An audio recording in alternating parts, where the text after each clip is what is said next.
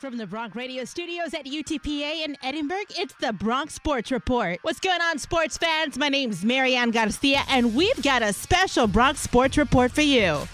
March Madness Edition. We've got a breakdown of all the games from the first two rounds of tournament action, plus the latest from NFL free agency. But first, the Western Athletic Conference baseball season has begun, and the Broncs kicked it off with a bang. The first WAC game for the University of Texas Pan American baseball team was here at Edinburgh Baseball Stadium as they took on New Mexico State Aggies in a 3-game series. The Broncs jumped out ahead early, then scored 7 runs in the 5th inning to put the game away, winning it 9-4. The Broncs lost the next 2 against the Aggies, 7-4 in Saturday's game and 3-2 in the final game in the series. The Broncs' next 5 games will be on the road as they travel to Fort Worth to take on nationally ranked Texas Christian University. Then it's off to Seattle for a 3-game series. This past Saturday also had the UTPA men's and women's track and field teams record 7 first-place finishes at the IBC Bank Cactus Cup, hosted by Texas A&M University at Kingsville. The teams also had a total of 30 athletes finish in the top 5. The next meet for the track and field squads will be on March 26th through the 29th at the Clyde Littlefield Texas Relays held in Austin. For Bronc Radio Sports, I'm Daniel Morales.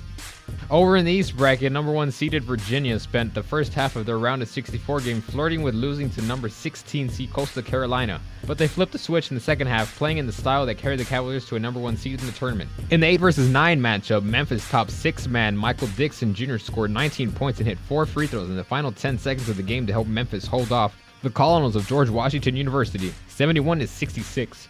Those kids from Harvard are getting a passing grade when it comes to first-round matchups in the NCAA tournament, scoring an upset win for the second straight year, upsetting 5th-seeded Cincinnati.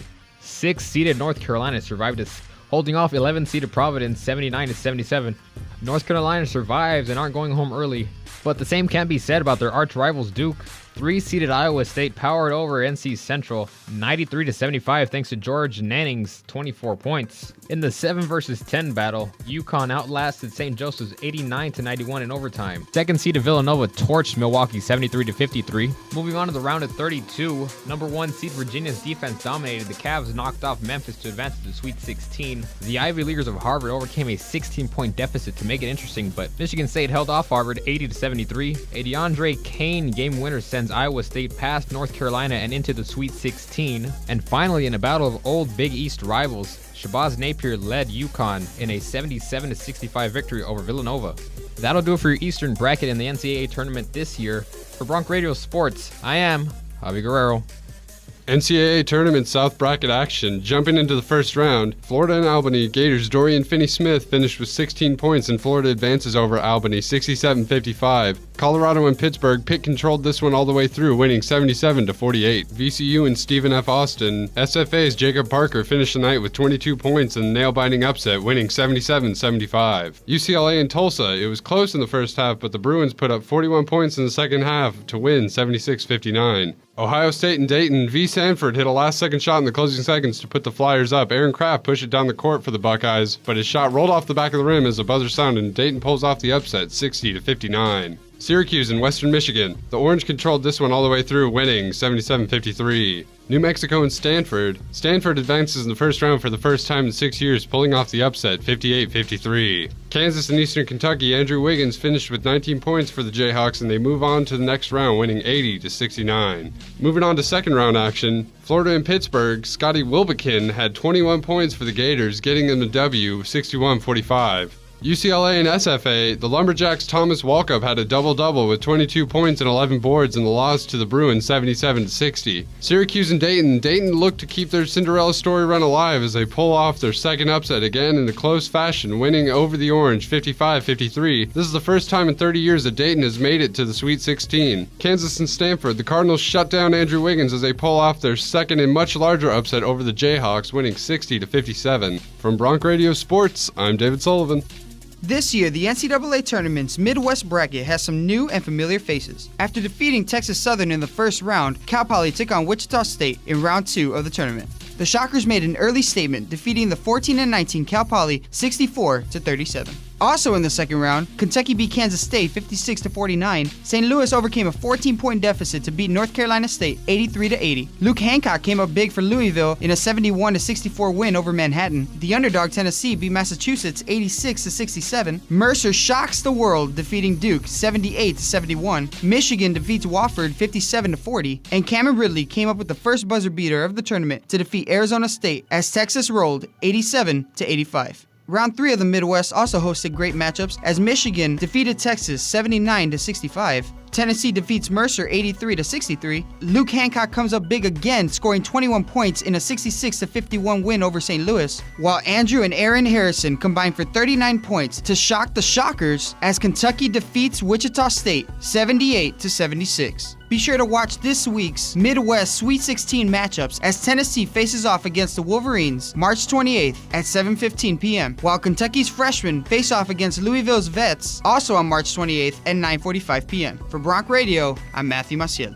In the West region, the round of 64 saw all but one of the underdogs fall to the higher seed. The lone exception was when the 12th-seeded North Dakota State Bison scored 14 points in overtime to beat the 5th-seeded Oklahoma Sooners 80-75. The Bison were aided by a 28-point, 7-rebound outing by junior guard Lawrence Alexander. Arizona, the top-seeded squad in the West, topped Weber State 68-59 thanks to Nick Johnson and Aaron Gordon, who scored 18 and 16 points respectively. In what has been the biggest rout of the tournament thus far, the second-seeded Wisconsin Badgers blew out 15th-seeded American University by 40 points. For the Badgers, guards Trayvon Jackson and Ben Brust and forward Frank Kaminsky scored in double digits. The final score was 75-35. Senior forward Doug McDermott, the nation's top scorer, led the number 3 seed Creighton Blue Jays over the Louisiana Lafayette Raging Cajuns 76-66. McDermott had 30 points and 12 rebounds in the game. 4th-seeded San Diego State showed their grit by winning in overtime against 13th-seeded New Mexico State. The final score was 73-69 in favor of San Diego State, who relied on Xavier Thames late. Thames, who was responsible for 5 points in the overtime period, had 23 total points. The number 6 seed Baylor Bears ousted the number 11 seed Nebraska Cornhuskers 74-60, with senior forward Corey Jefferson providing a solid effort of 16 points and 6 rebounds. The Oregon Ducks, a 7 seed, had little issues against the 10th seeded BYU Cougars, winning 87-68. Sophomore forward Elgin Cook provided a boost off the bench with 23 points and 8 rebounds for the Ducks. In a matchup of the 8 and 9 seeds, Gonzaga got past Oklahoma State, largely due to a big day from junior guard Kevin Pangos, who had 26 points for Gonzaga. The final score for the game was 85-77. Moving on to the round of 32, where the Baylor Bears became the only Texas school to reach this year's Sweet 16 when they thrashed Creighton 85-55. All 5 of Baylor's starters were in double digits, with center Isaiah Austin and guard Brady Haslip leading the way with 17 points each. The loss puts a cap on what was quite a tremendous career from Doug McDermott. McDermott, who played for his dad Greg at Creighton, ended his career with multiple first-team All-American honors and scoring titles. With 3,150 total career points, McDermott ranks 5th on the all-time NCAA D1 scoring list. The team that will meet Baylor in the Sweet 16 are the Wisconsin Badgers, who rebounded from being at a 12-point deficit at the half to come back and beat Oregon 85-77. Also, in the round of 32, 12-seeded North Dakota State's unprecedented story came to an end as Xavier Thames scored 30 points to power his San Diego State Aztecs over the Bison